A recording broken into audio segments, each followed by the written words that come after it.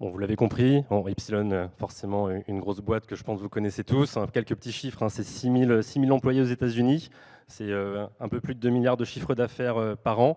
Vous avez compris, on parle de Core ID, qui est la base de leurs 4 piliers d'activité. J'arrive pas à passer la slide, je ne sais pas. Donc, pilier des 4 activités, et finalement, c'est un petit peu le chaînon qui permet de relier ces 4 activités-là, le Core ID. Ce qui se cache derrière, c'est de la donnée, une base de données qui est très volumique. Il y a des données transactionnelles, il y a des données socio-démo, on va avoir des données de consommation télé, on va avoir des achats alimentaires directement dans les supermarchés. Ils ont d'ores et déjà, une base de données avec des critères de qualification qui sont très importants.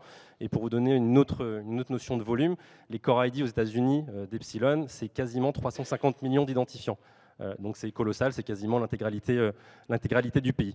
Donc finalement, on peut se demander pourquoi venir ajouter une nouvelle brique data à tout ça, si finalement on a déjà une base de données qui est très conséquente et très volumique. Le point, c'est que lorsqu'on a un catalogue data prédéfini, on n'a pas la faculté de venir répondre à des briefs spécialisés et de venir répondre de manière customisée. Donc c'est ce qu'on est venu mettre en place. Finalement, vous l'avez compris, il y a un réseau de publishers qui est déjà très gros côté Epsilon qui est mis en place. Ça représente à peu près plus de 70 millions de pages web par mois. Et donc, ça représente aussi, je le disais, de 6 à 700 milliards de touchpoints journaliers. Et donc, l'idée ici, c'est de se dire comment on est en capacité, grâce à ce contenu contextuel, de venir créer des segments ad hoc. Donc, je ne vous réexplique pas Weboman, je pense que vous avez bien compris comment ça fonctionne. Ce qui est hyper important d'avoir en tête, c'est que Epsilon est une grosse société, a des moyens, a pas mal de technologies propriétaires. Et donc, pourquoi venir faire appel à Weborama pour mettre en place cet usage de l'IA sémantique ? À vrai dire, ils ont commencé à monter le projet il y a quelques années chez eux, mais finalement, c'est quelque chose qui demande une expertise extrêmement forte. Déjà, il faut avoir l'algorithme, tout ce que Stéphane vous a expliqué en introduction.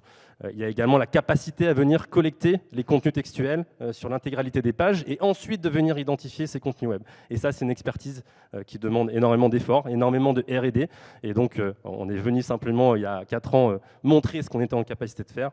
Et depuis lors, ils utilisent à 100% notre technologie pour ces usages contextuels. Donc, qu'est-ce que ça leur permet de faire? Et ça, c'est le point le plus important.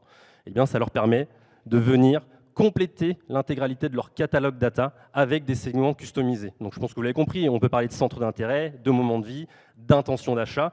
Et si on résume, on peut créer n'importe quel segment. Donc, on a une infinité de customisation possibles. Et c'est en ça qu'Epsilon va être en capacité d'utiliser notre technologie. Si on parle de manière business, qu'est-ce que ça permet de faire? Ça permet de répondre à 100% des briefs entrants. Jusque-lors, il y en avait certains qui devaient refuser parce qu'il n'y avait tout simplement pas la data en face. Aujourd'hui, ils sont capables de répondre à 100% des briefs avec plus de précision, plus de reach et une productivité qui va être accrue, comme on le disait. Donc, les cas d'usage majeurs qui sont mis en place aujourd'hui, c'est de l'activation. Je ne reviens pas forcément plus en détail dessus, on en a déjà beaucoup parlé. On augmente la portée et la précision du ciblage, ça c'est important. Deuxième cas d'usage dont on a beaucoup moins parlé aujourd'hui, c'est la mesure. Et la mesure, c'est assez intéressant la manière dont ils le traitent. Donc vous l'avez compris, on est en capacité de créer des centres d'intérêt customisés sur les audiences. Et au lieu de les utiliser pour le ciblage et l'activation, cette fois-ci, ils vont l'utiliser post-activation. Ça veut dire qu'après exposition à une campagne média, on va être en capacité de mesurer est-ce que le centre d'intérêt des exposés finalement grossit après l'exposition versus des individus qui sont non exposés. Donc pour donner plus de concret, on va parler de 2 cas d'usage. Le premier sur l'activation, sur le secteur du retail. Ici, l'enjeu particulier qu'on avait, et c'est pour ça qu'on vous le présente, c'est une société, une enseigne qui vend du bricolage, du matériel de construction, du jardinage. Et en fait, il y avait déjà des campagnes qui étaient en cours en fil rouge, et ils ont un besoin extrêmement rapide de se dire comment je peux adapter ma campagne, changer l'objectif de ma campagne pour faire venir plus de trafic sur mon site, juste avant un week-end qui était considéré comme le pic majeur de vente de l'année, et il fallait le faire simplement en quelques jours. Donc ce qu'a fait Epsilon, c'est utiliser notre technologie déjà pour pouvoir créer ces segments custom spécialisés et pouvoir le faire de manière très rapide. Donc ça, c'est très lié à la productivité. Donc en simplement quelques jours, ils ont pu reparamétrer une nouvelle campagne avec le même budget média et relancer cette campagne-là. En termes de résultats, ce qui est intéressant, c'est que le fait de switcher et d'utiliser ces segments sémantiques, ça a permis d'augmenter de plus 60% le taux de visite avant le week-end. Et derrière, bien évidemment, quand on fait venir du monde sur le site web, le but, c'est quand même de vendre des produits.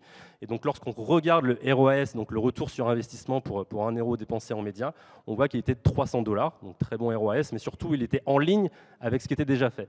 Donc, ça veut dire que En quelques jours simplement, on a pu paramétrer une nouvelle campagne, un nouveau ciblage, en augmentant de 60% le trafic sur site et en maintenant des niveaux de performance en dollars qui étaient similaires.